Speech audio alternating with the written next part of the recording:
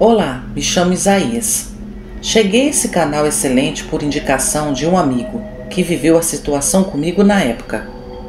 Eu particularmente não gosto de falar sobre isso, pois as pessoas levam tudo na brincadeira. Mas esse meu amigo, o Jonatas, é inculcado com isso até hoje. Ainda conversamos muito sobre o que era de fato aquilo no meio da mata. Hoje temos 99% de certeza que se tratava de um lobisomem. Bom, somos de Tupã, cidade do interior de São Paulo. Na década de 90, tínhamos a idade de 15 anos. Trabalhávamos junto com meu pai numa fazenda de cultivo de seringueiras. Obviamente, não citarei o nome da fazenda aqui, pois não quero levar processo. Meu pai até então já trabalhava nessa fazenda há pelo menos um ano. Mas eu não me lembro dele comentar comigo ou minha mãe de ver ou ouvir coisas estranhas na mata. Muito pelo contrário, ele dizia que adorava o turno da noite, pois a mata era fresquinha, o serviço rendia bem. Meu pai conseguiu arrumar serviço para mim e meu amigo junto com ele. Obviamente ficamos no turno da noite, pois ele ficou encarregado de nos ensinar a extrair a borracha com precisão. A fazenda era enorme, hectares e hectares de seringueiras, a se perder de vista. Havia muitos trabalhadores para dar conta de tanto serviço. Em pontos estratégicos, espalhados ao longo da plantação, havia barracões feitos de madeira e cobertos de lona preta. Era onde os peões se reuniam para almoçar e jantar, e também se esconder da chuva caso estivesse muito forte. No nosso barracão ficavam meu pai, meu amigo, eu e mais 2 peões. Era mês de julho. Particularmente fazia muito frio naquele ano. E quase toda a madrugada chovia fininho, quase que uma garoa, para esfriar mais o tempo. No meio da plantação quase não dava para ver a claridade da lua. Contávamos somente com a luz dos nossos capacetes. Na primeira semana, meu amigo e eu não nos afastamos muito do barracão, pois estávamos aprendendo a andar na mata, e também meu pai estava nos ensinando o serviço. Mas na semana seguinte, meu pai já nos mandou para certa direção, dizendo que já estávamos prontos, era só fazer do jeito que ele ensinou, e que às 2 horas da manhã podíamos retornar ao barracão para comer algo e encher o cantil com água. Nos afastamos bastante do barracão e começamos o trabalho. Jonatas e eu ficávamos relativamente perto um do outro, de modo que íamos andando entre as árvores e conversando. Já estávamos fazendo planos com o primeiro salário. Ele dizia que ia levar sua mãe para o maior supermercado da cidade e deixar ela comprar tudo o que quisesse. Já eu dizia que finalmente conseguiria comprar uma cama nova e um colchão, pois já estava cansado de dormir no sofá. Às 2 horas da manhã voltamos ao barracão, e lá já estavam os outros 2 peões e meu pai, que seguravam uma garrafa térmica e servia cafezinho. O frio estava forte, estávamos molhados da garoa. A capa de chuva era muito velha, cheia de rasgos. Bebemos aquele café quentinho, descansamos um pouco e voltamos para a mata. A labuta ia até as 6 da manhã. Quanto mais íamos extraindo borracha, mais íamos adentrando a plantação e nos afastando do barracão. Em certo ponto, comecei a ouvir passos pisando em folhas e poças de água. Jonatas estava mais à frente e assoviava baixinho. Eu parei e aguçei a audição. Não poderia ser outros seringueiros, pois estavam na direção oposta de nós, muito longe. Quem quer que fosse que estava ali, estava se esgueirando entre as árvores sorrateiramente. Eu só consegui enxergar até o alcance da luz da lanterna. Além disso, era tudo breu e neblina. Comecei a chamar por meu amigo, mas ele não me ouvia. Então fui até ele e cochichei que tinha alguém ali conosco. Nisso, ouvimos um ronronado grosso. Aquele som arrepiou até a nossa alma. O instinto de sobrevivência bateu. Ficou claro que corríamos risco de vida. Começamos a nos afastar bem lentamente, olhando para a direção que vinha o ronronado. quando de repente vimos um par de olhos vermelhos brotar na escuridão.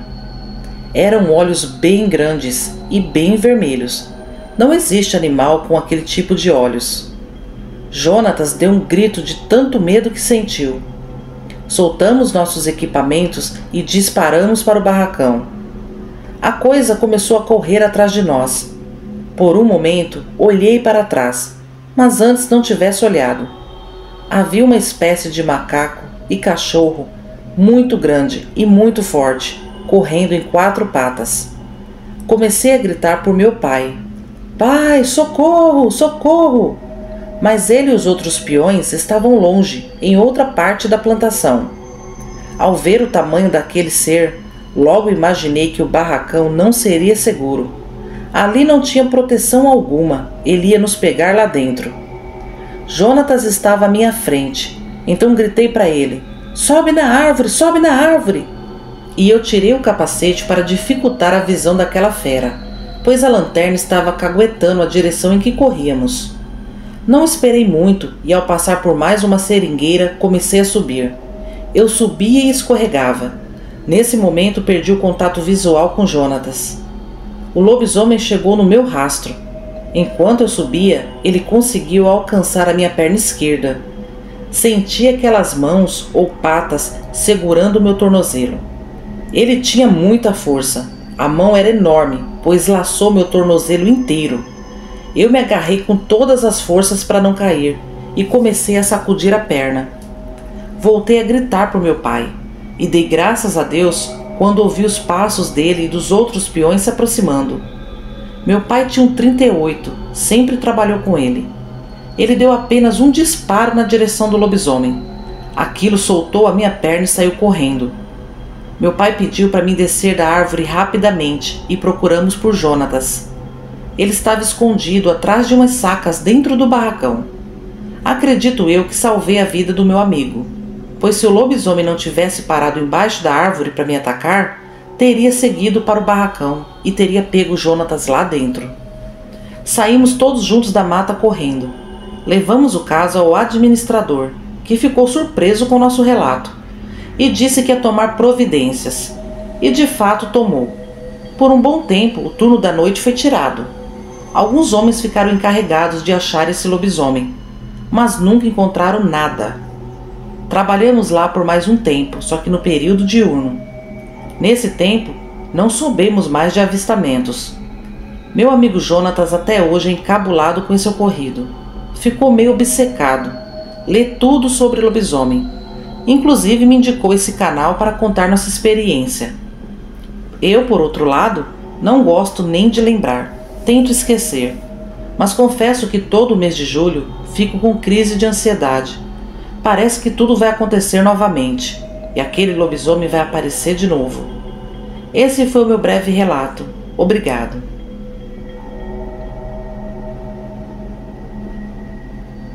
Boa noite a todos. Esse relato pertence ao meu pai, seu Gerson. Nascido e criado no Nordeste brasileiro, mais precisamente em Pernambuco. Hoje, com seus 79 anos bem vividos, ainda nos conta da vez que viu tão temido lobisomem. O acontecido foi assim. Na época, eu era molequinho, devia ter uns 10 anos de idade. Passei um medo da gota serena. Eu era o mais velho de 3 irmãos, e minha mãe já estava com outro menino no bucho. Papai era um cortador de cana, boia fria. Mas nas épocas de muita demanda, chegava muita gente de outras cidades e até outros estados, atrás de um dia de serviço. Aí acabava que, vez ou outra, papai ficava desempregado. Mas não culpo ninguém. Essas pessoas também estavam lutando contra a fome. Precisavam sustentar seus filhos.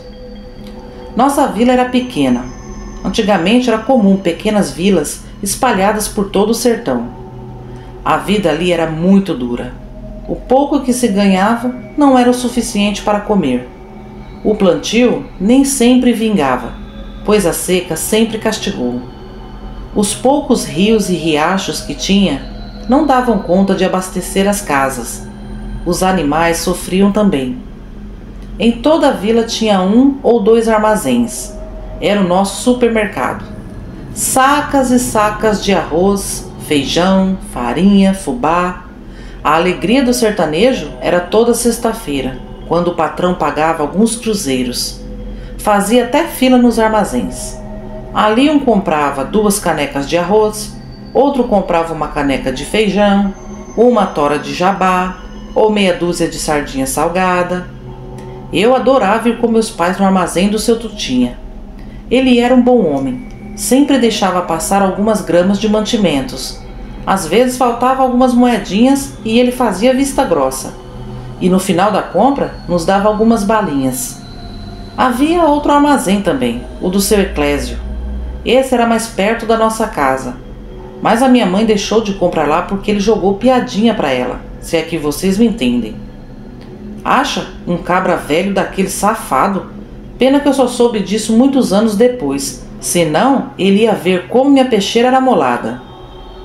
Mas continuando a prosa aqui. Eu não lembro ao certo qual ano foi, mas teve uma seca mais forte ainda. Os gados começaram a morrer. Os pais mandavam os filhos andar longas distâncias atrás de água. Ali juntava 10, 12 meninos, cada um com embornal, estilingue, peixeira, e a gente saía cedo. Andava tanto por aquele mundo de meu Deus que faltava perna. Pelo caminho íamos matando tudo quanto era bichinho da mata. Não importava, era comida. Se não achasse água, pelo menos a comida nós já tinha. Para piorar a situação, acabou o serviço e meu pai ficou sem ele nem beira. Aí pronto, mamãe buchuda, mais 3 moleques para dar de comer. A coisa ficou tão feia que quem criava alguma galinha velha no quintal tinha que esconder dentro de casa, senão à noite aparecia algum pé de pano para roubar. Vizinho naquela época não emprestava comida, porque não tinha nem para ele. Quem tinha algum crédito nos armazéns se enfiava no fiado, e quem não tinha, penava. Meu pai foi até seu Tutinha e pediu fiado também, mas não sei porquê, no fiado ele vendia limitado. Mas mesmo assim, era melhor que seu Eclésio, que não pendurava uma bala para seu ninguém. O armazém dele vivia batendo, só alguns pés de cana que iam lá, e era sabido por todos que ele odiava o seu Tutinha. Ele vivia dizendo que era feiticeiro, que ninguém se atrevesse a colocar a cara com ele, porque ele derrubava o cabra na macumba. Mas ninguém peitava ele, porque já corria o boato que ele virava bicho. E quem espalhou isso foi o finado seu Toinho. Disse ele que pegou seu Eclésio no flagrante, se espojando com os porcos do chiqueiro.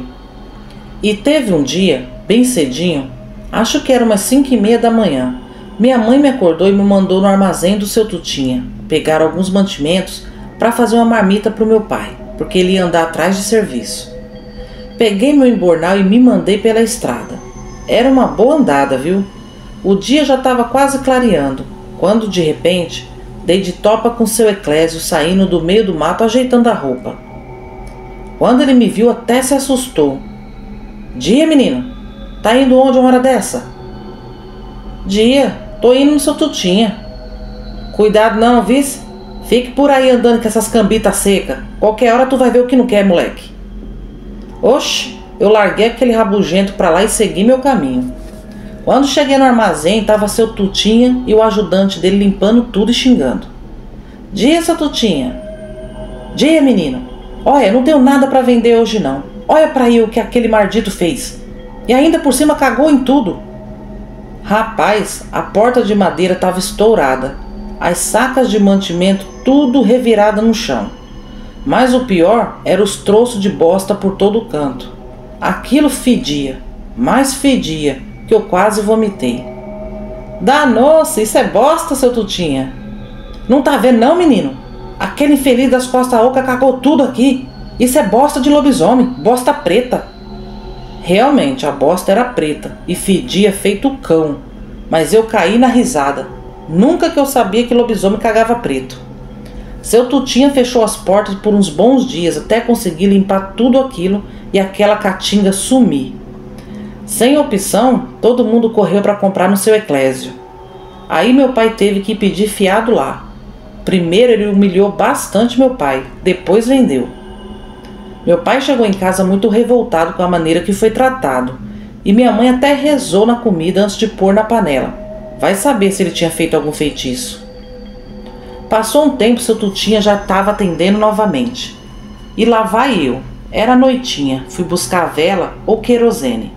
A estrada era escura, só a lua iluminava. Já devia passar das 8 horas da noite. Cheguei lá e ele estava quase fechando. Peguei as coisas e ele falou assim pra mim: "Ó menino, vai direto pra casa, tá tudo escuro, não é bom ficar andando por aí não." Então eu peguei o caminho de volta e fui embora. No meio do caminho, escuto um barulho igual de cavalo galopando. Aquilo vinha quente de frente comigo. Eu dei um pulo de banda e cacei um lugar para me esconder. Subi na primeira árvore que vi e fiquei espiando. E aquele galope vinha se aproximando. Rapaz, quando pensei que não, aquilo passou. Era um negócio tão feio, mas tão feio, todo peludo, troncho, parecia um macaco misturado com jumento. Ô bicho catinguento, eu me arrepiei todinho. Aquilo foi até lá na frente e de repente voltou para trás e parou debaixo da árvore. Eu fiquei paradinho, nem respirava direito, e aquele lobisomem fungava o ar tentando me achar. E eu rezava para ele não me ver entre as galhas da árvore. O lobisomem fazia um resmungado que nunca ouvi aquilo em outro lugar. Até hoje, se eu ouvir, sei que é um lobisomem. Só ele faz aquele resmungado.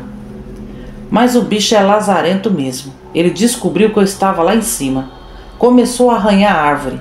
Dava cabeçada no tronco para ver se eu caía. E eu segurando com todas as minhas forças. De repente, ele começou a pular tentando subir.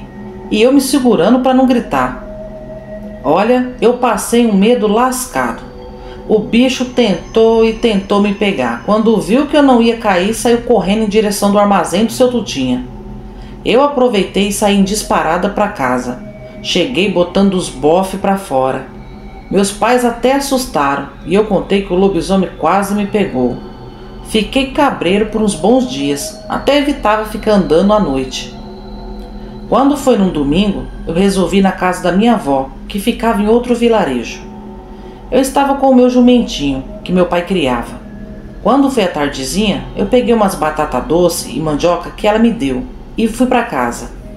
O jumentinho era até bonzinho, mas o bichinho estava tão fraquinho que eu não forçava muito ele. Deixava ele ir no tempo dele. Começou a escurecer e eu já fiquei preocupado. Era só eu e o jumentinho naquela escuridão.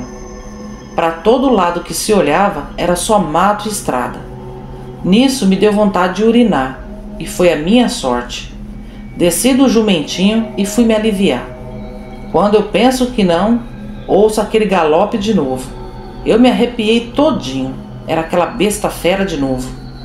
O jumento ficou apavorado, baixou as orelhas e ficou alvoroçado. Eu corri para o mato e me agachei. Eu só vi o vulto daquilo pulando em cima do pobre jumento. Os dois se embolaram no chão. Era urros e gritos. Eu pensei que se eu fosse lá ajudar o jumentinho, era capaz de eu morrer também. Então aproveitei que ele estava atacando o animal e saí correndo para casa. Quando cheguei sem o jumentinho, meu pai me deu uma sova e disse que se o lobisomem matasse o jumento, eu ia apanhar mais ainda.